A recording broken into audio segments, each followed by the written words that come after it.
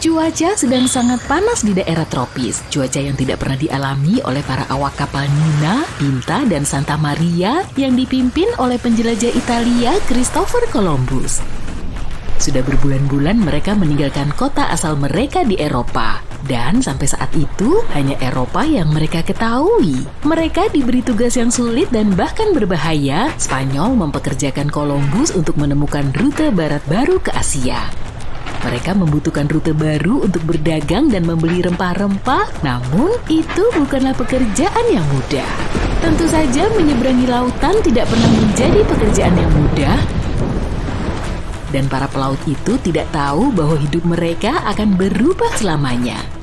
Daratan di depan mata. Pasti ada yang berteriak seperti itu di atas kapal. Namun ketika akhirnya menginjakan kaki di daratan asing yang baru itu, mereka baru menyadari bahwa mereka tidak berada di Asia, mereka telah mendarat di benua Amerika.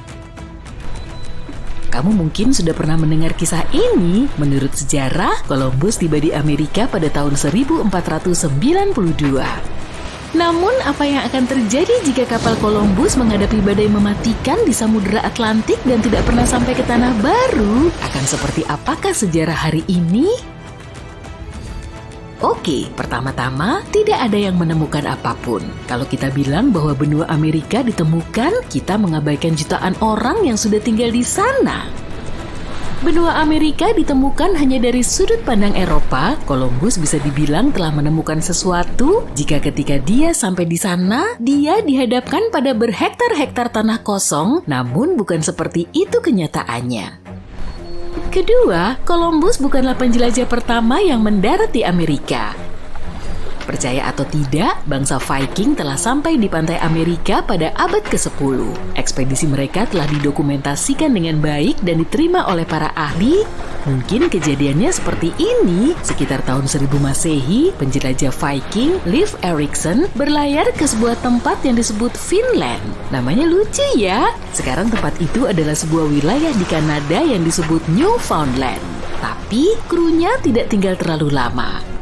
Mereka tiba dan menemukan 10 penduduk asli Amerika sedang tidur siang di bawah kano mereka yang terbalik. Mereka mencoba melakukan perdagangan, tapi sepertinya bangsa Viking tidak terlalu ramah dan orang Amerika tidak terlalu suka. Catatan Viking tentang pertemuan tersebut menunjukkan bahwa mereka merasa kalah jumlah dan terancam, jadi mereka berlayar kembali ke tanah mereka. Itu masuk akal kan? Seperti yang kubilang tadi, ada jutaan orang yang tinggal di benua Amerika yang sangat luas. Orang asing manapun akan kalah jumlah di sana. Sekarang lihatlah seperti apa Amerika Utara sebelum teman kita Chris tiba di sana. Saat itu Amerika Utara belum terbagi menjadi beberapa negara bagian seperti yang kita kenal sekarang. Dan jika Columbus tidak pernah sampai ke sana, Amerika Serikat mungkin tidak akan pernah bersatu. Lagi pula ada ratusan orang Amerika pertama yang tinggal di tanah ini dan mereka hidup di antara suku-suku mereka sendiri. Sangat berbeda dengan orang Eropa. Tidak tepat jika kita berpikir bahwa tidak ada sistem politik yang terjadi di Amerika sebelum bangsa Eropa tiba. Kita hanya perlu memahami bahwa sistem-sistem tersebut berbeda dengan apa yang kita kenal sekarang. Ketika tiba di sana, orang Eropa pun menularkan sistem kepercayaan mereka, mulai dari kepercayaan agama dan sistem bahasa, hingga hal-hal sederhana seperti kebiasaan berpakaian. Jika Amerika berkembang sendiri, mungkin selera mode mereka akan sangat berbeda sekarang ini. Orang Eropa sudah memiliki selera mode sendiri saat tiba di barat. Mereka mengenakan pakaian seperti ini dan ini. Tapi itu tidak terlalu cocok di daerah tropis kan? Bagi mereka, mode berkaitan dengan menunjukkan status ekonomi tertentu, sementara di Amerika tidak ada hal seperti itu.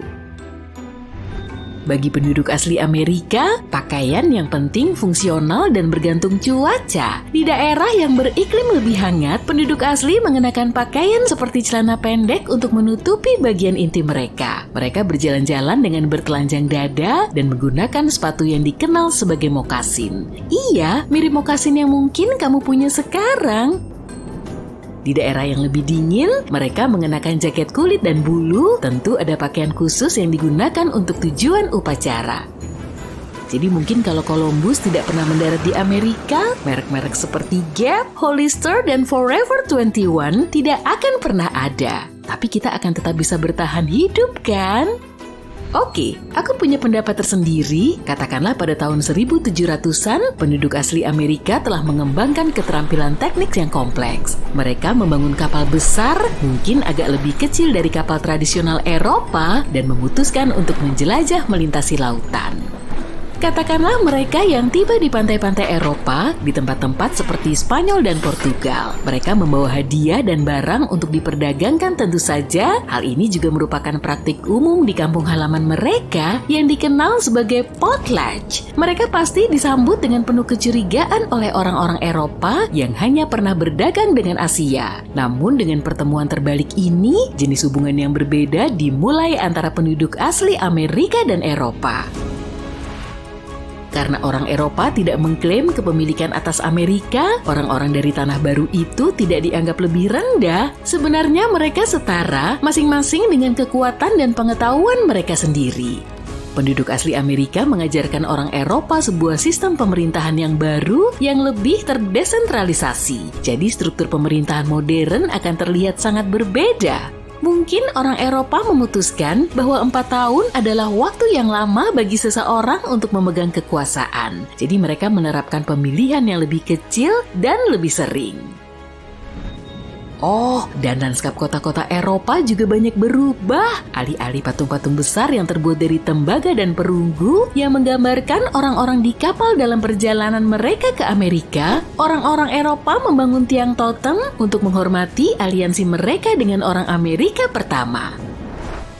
Dalam hal pengetahuan medis dan pengobatan, ada banyak yang bisa dipertukarkan. Sementara orang Eropa membuat kemajuan dalam pengobatan tradisional, orang Amerika telah mengembangkan pengetahuan yang mengesankan tentang herbal yang dapat menyembuhkan berbagai macam penyakit. Tak lama, orang Eropa menjual berbagai jenis tanaman di perusahaan farmasi mereka.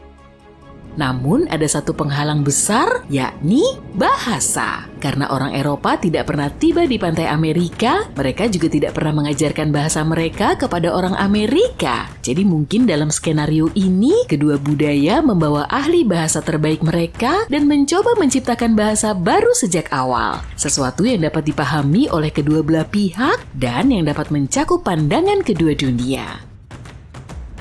Implikasi hal ini pada kehidupan modern akan sangat mendalam kalau kita pikirkan lagi. Katakanlah bahasa yang baru diciptakan ini melibatkan beberapa simbol dan gambar. Penduduk asli Amerika sering bercerita dengan menggunakan simbol-simbol yang dikenal sebagai piktogram. Kadang simbol-simbol itu cukup harfiah, seperti yang bisa kita lihat, gunung diwakili oleh gunung. Bisa dibilang ini luar biasa bahwa sistem komunikasi ini telah ada selama 5.000 tahun sejak ditemukan oleh bangsa Sumeria. Bisa jadi keyboard laptop kita akan dilengkapi dengan simbol-simbol ini dan kamu bisa menulis email yang lebih menyenangkan dan beragam secara visual daripada yang kamu tulis sekarang.